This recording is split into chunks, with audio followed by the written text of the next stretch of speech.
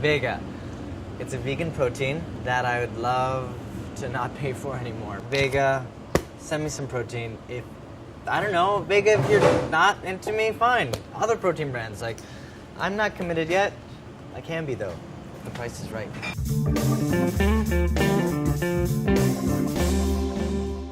So today I am making a dish that I grew up with. It's from my childhood. I have been getting requests to be making more Persian food since I guess I came out with my Persian New Year story, and it's a stew called Gheymeh. And it's made up of meat, dried limes, chana dal, a few different spices, and it has this incredible crunchy potato topping. It's really easy, and I'm gonna show you how to make it.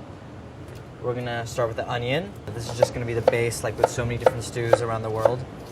So I'm using here chana dal, which are yellow split peas. I'm gonna cover this by 2 inches, and then I'm gonna add just a little bit of salt. We're gonna bring that to a simmer.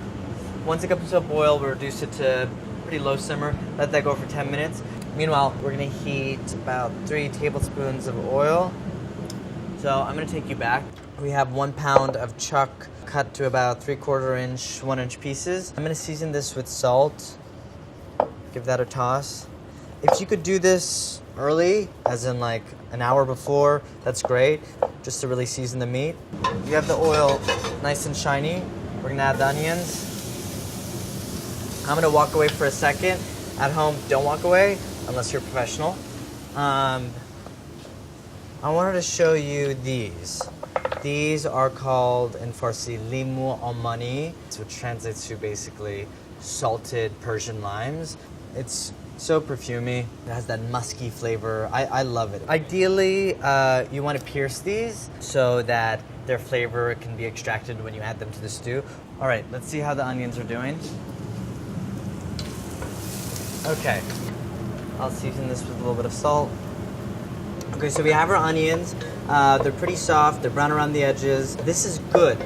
I'm gonna add 1 pound of the chuck and toss this. Probably about anywhere from 4 to 6 minutes, medium high. I'm gonna add about a teaspoon of ground turmeric and about 3/4 of a teaspoon of cinnamon. We'll give that a toss. We'll let that go for just like 30 seconds, only just to kind of get the aromas going. The meat starts to look a little glazy. I'm gonna add a little bit of pepper. Some people add pepper, some people don't. I add a little bit. And then I'm gonna add a 1/4 cup of tomato paste. I'll cook this down for about 2 minutes just to cook the tomato paste out. So now the tomato paste is starting to stick to the bottom of the pot. I'm gonna add those dried limes. And then I'm gonna add 4 cups of water. We're going to bring this to a boil and let's just scrape the bottom of the pot since that tomato paste and the spices might have stuck. We have our stew coming to a boil. I am just gonna reduce it to a simmer, like medium low. I'm gonna take the back of a wooden spoon and I'm just gonna crush them slightly, the sides of the pan. You want that kind of musky, sour, funky, astringent flavor. So I'm gonna reduce that. I'm gonna cover with a lid, leaving it just like slightly open so some of the steam can come out and so it can reduce. We have a tiny bit of saffron that costs as much as my pinky's worth. I will say this is the optional part of the stew. Some households put it, some households don't. I like it. So I'm just going to grind up the saffron threads like this. Sometimes I'll add a pinch of kosher salt.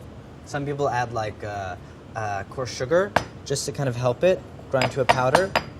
We're gonna just get it to a powder consistency like this. I'm gonna add like 3 tablespoons of hot water. You have the saffron water. This is 3 tablespoons worth of saffron water. We're probably only going to use about a tablespoon of this in the stew. So the stew gets topped with potatoes. It sounds weird, yet it's what makes this dish, I think, really, really special. 1 russet potato, unpeeled. So what I like to do is stack these up, and then I'll cut them about a little less than 1/2 inch. straight down. I'm gonna put this in a salad spinner. This is weird. Stay with me. I'm gonna rinse these in cold water. What I'm doing here is kind of just agitating the potatoes and getting rid of any excess starch. You'll see how the water's cloudy. Okay, so it's great, easy to kind of do it in a salad spinner because then you just can kind of drain it really quickly. And then you also have all this water that's on the potatoes now. And you need to get rid of that because you don't want to put that water in the frying oil because it's going to splatter and prevent your potatoes from becoming crisp and golden. So what I like to do is spin them in a salad spinner. And you get all this water out from your potatoes. Look at that. Look at that. Wow. I'm going to put a big handful of potatoes. And you're going to turn these around. Look how pretty these ones turn. You see? Really nice, wavy. Really crunchy. They look like my hair during puberty. And you gotta provide us with the photo so we can cut that in. Things been cleared up.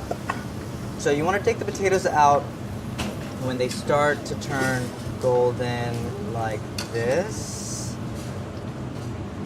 You want to season this with salt immediately. Then I'm going to add the last batch here. This is totally not the traditional way you'd make these potatoes. You would just saute them. But this is just a little bit of, I think, a cool technique. So we have our crisp potatoes. I'm going to turn off my oil. I'm going to check the stew. It's nice and thickened. I'm going to add the saffron water over here, about a tablespoon's worth. I leave these the dried limes in. Some people take them out just before serving. I think we're pretty good on salt. It's really delicious. You have the wonderful brightness from the dried limes.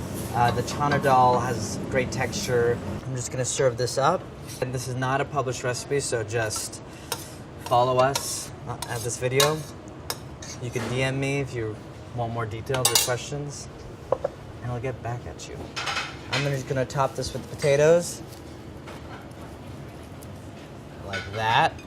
You can eat it on its own with flatbread or some fluffy Persian rice. I hope you guys enjoy it and it brings as memories to you as it does for me. I gotta catch a ferry. What are those? They're regular people's shoes. And I don't feel good about myself or sexy, but this is what I needed to wear today.